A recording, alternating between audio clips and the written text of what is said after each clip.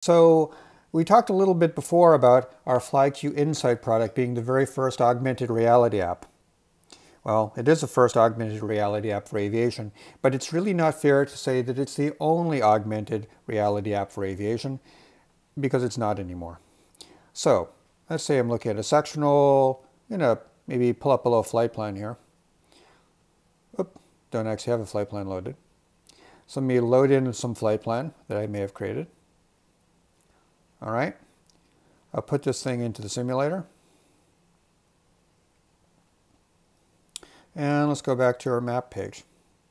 All right, sorry, the map page. All right, so we're here flying along, turn my flight plan line.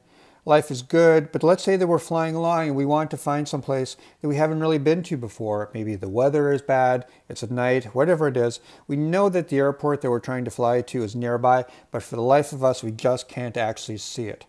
Now, to be honest, I'm not actually flying in a plane right now. I'm sitting at my desk at home. So this isn't, you're going to have to imagine this a little bit. But imagine that you are flying in your plane right now. And instead of just looking at a map, you can hit, there's a 3D button, looks like a 3D cube on the left side of the page. In FlyQ EFB, in previous versions, this toggles between the 2D map and 3D synthetic vision, just like this. It still does that.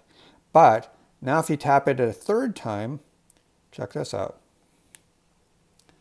It uses the camera built into your iPad and your iPhone to actually show you as you move around, as you take your iPad or your iPhone, this works on the iPhone too, it shows you where the airports are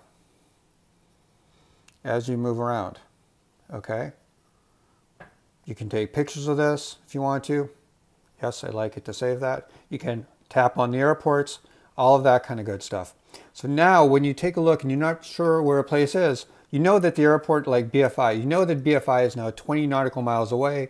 It's blue, meaning that's controlled system, as opposed to, say, 8WS, which is magenta, which on a sectional means that it's an uncontrolled airport. So that's there.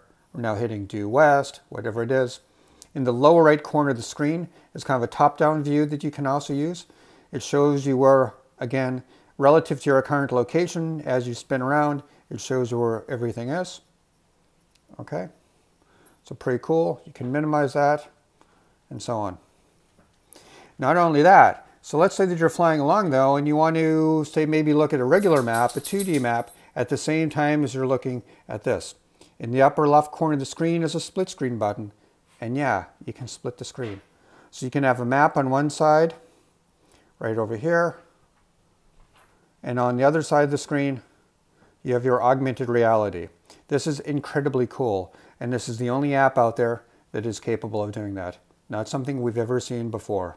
FlyQ EFB 3.0 is the first full-blown iPad, and iPhone EFB app that includes augmented reality.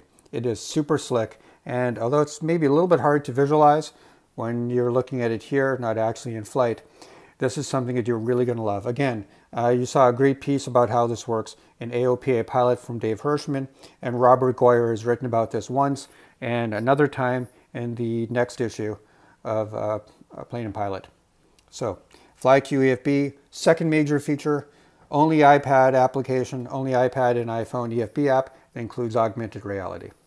Okay, what else? By the way, to then turn that off, you just tap it again. Tap that 3D cube again.